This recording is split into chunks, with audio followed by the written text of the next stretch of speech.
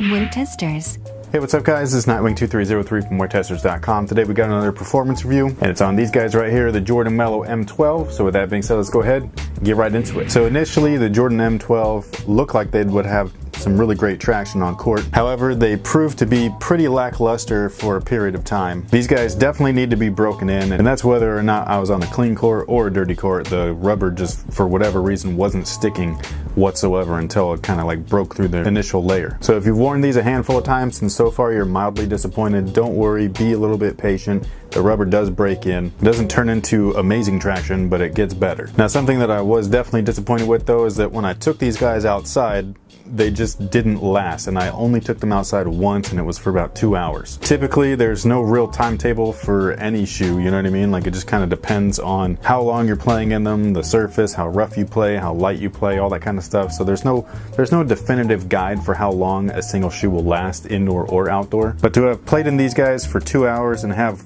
pieces of rubber just completely wear down, that was just crazy to me. I was literally shocked. I looked at my shoes when I got back inside. I was like, yo, what happened? They played well outdoors, so don't get me wrong, just durability was horrible. Now, as far as cushion, we have Unlock Zoom once again, and it's only featured in the forefoot here, so there's absolutely nothing in the heel. All this is just a file-on midsole. Now, the forefoot's cushion is one of the shoe's best features. To get a cushion source like this for the price is a pretty good deal. However, once again, it's just isolated to the forefoot, nothing whatsoever in the heel, and this definitely does take some breaking time. They start off very stiff, and the problem with this setup, even though it was good in the forefoot, is just that there is nothing in the rear, and nowadays we have brands giving us way more for way less. So for the same price that these guys retail for, which is like $135 or something like that, I can either pay that much or less and get a full-length cushion source. I could even pay a slight bit more than that and get not only a full-length cushion source, but an amazing cushion source with something like the D-Rose 6. Now, if Jordan Brand wants to keep being considered like the top-tier performance brand, I do think that they should reconsider the reduction of the heel cushion. Every other brand offers at least one shoe that is around the same price point, maybe a little bit more, maybe a little bit less, and they offer full-length cushion for that price. So there's really no reason why Jordan Brand can't do it. It's just that they won't do it. And as it sits right now, the Jordan Brand Retro product actually has more tech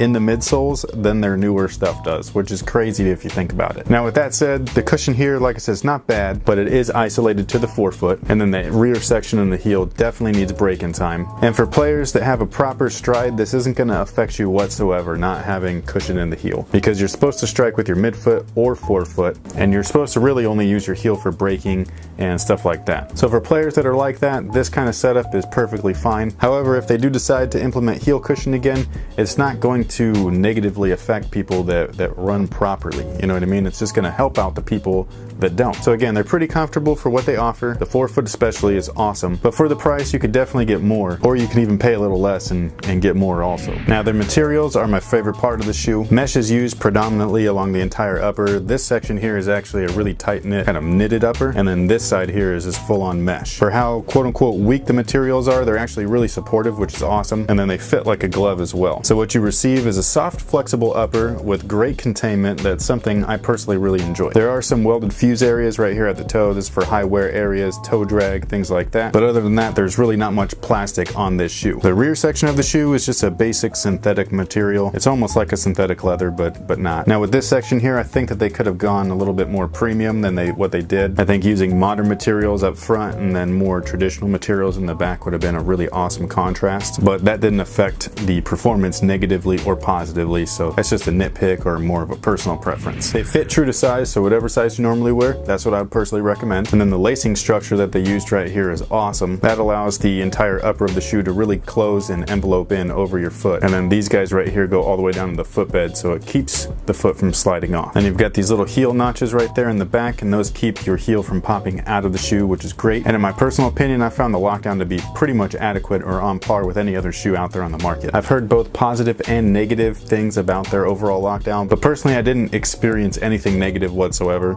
I didn't experience like crazy amount of support or lockdown, but what I did experience was perfect for on-court use. As far as support, these guys got the job done no problem. The forefoot and the midfoot offer plenty of lockdown. With this dual wrap upper and then those dynamic lacing system, it worked great. From this little crease down is an internal TPU heel counter, and then to add further support, making sure that your heel doesn't fall off the footbed or slide off the footbed, they've exaggerated the midsole back here to really contain and cup that section. So lateral movements, you're going to be stopped by this guy, which is perfectly fine, which is an ideal situation, especially if you're a heavier or powerful player. So overall, if you've enjoyed past Melo models, I think that you're probably going to enjoy these as well. Just keep in mind that this shoe does require some break-in time, both from the midsole cushion and the traction. Again, materials were my favorite aspect of the shoe. I really like the knitted and mesh combination. I thought it felt great. So while they don't excel really in any one aspect, they at least get the job done, and that's really what matters. Now, just to reiterate on the point that I made in the cushion section, there are other brands out there that offer you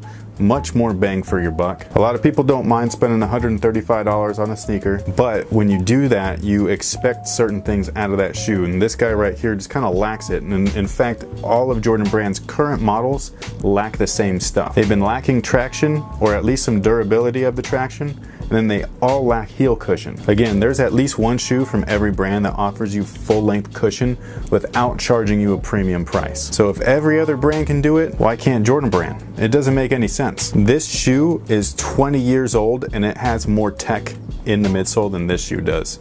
That's mind-boggling to me. Full-length Zoom carbon fiber spring plate, nice leather on the upper.